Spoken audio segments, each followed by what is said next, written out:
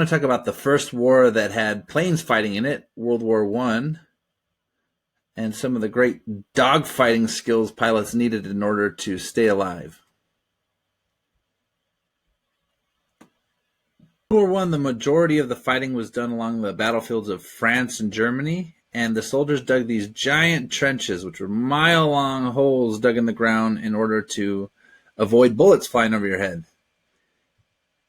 And above the trenches was no man's land, which is this area that was completely bombed out, and to get from one trench to the other, you would have to cross by fields of basically barbed wire while people were shooting at you, blowing up bombs at you. And this is the first war to feature snipers, which are individuals who have special shooting skills, and they usually camouflage themselves in with the environment in order to blend in and take out enemies one by one. You can see here a British soldier using me to go ahead and attract a bullet from a sniper to see if they're out there or not. First war that featured the machine gun and chemical warfare, which is gas dropped into the trenches to make soldiers die of asphyxiation or choking to death. It also burned their eyes and made them go blind. You can see here there's a donkey and two soldiers that have gas masks on. The donkey would have been used to carry supplies throughout the trenches, so he's very important to the fighting.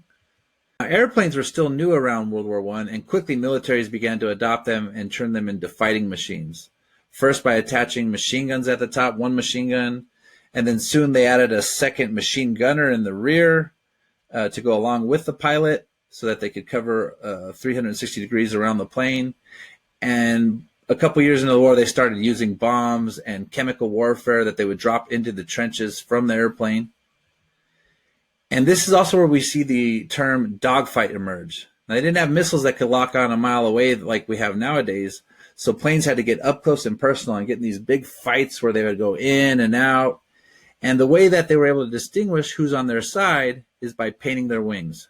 So the British painted bullseyes, and the Germans painted crosses. And here's some pictures of some actual dogfights. Now, at the beginning of the war, they didn't have parachutes yet, so this poor pilot over on the right, he might not have even had a parachute to try and save himself. And you can see planes were just in these crazy dogfights for 5 years. And the British actually developed the concept of wingman, which is two planes are better than one.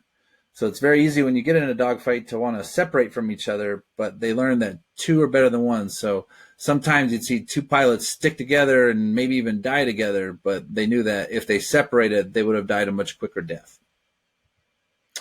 And also in World War I, you see Zeppelin airships, which were used to slowly fly over and drop bombs onto things. And then also some of them had strings attached to them, and planes could get caught in the strings and crash. So they had multi-purpose. And here are some World War I pilot selfies. You can see the wingman concept back here. There's two that are flying together. This guy might be a wingman to another plane in front of him. And the most famous pilot of World War I is the Red Baron.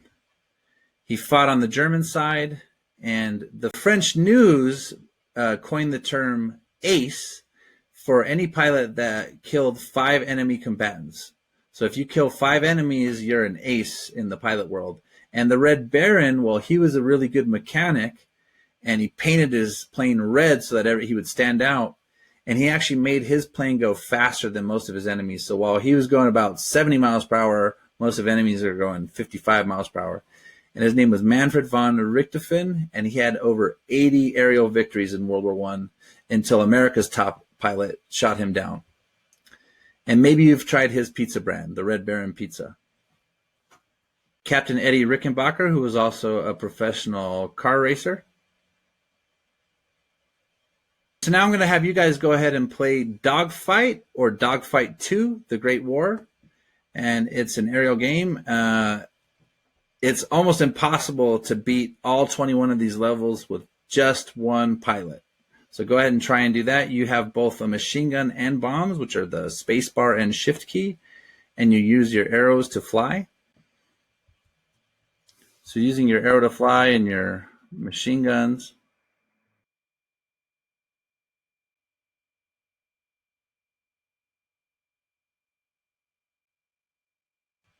The game is filled with different details from World War One, so enjoy.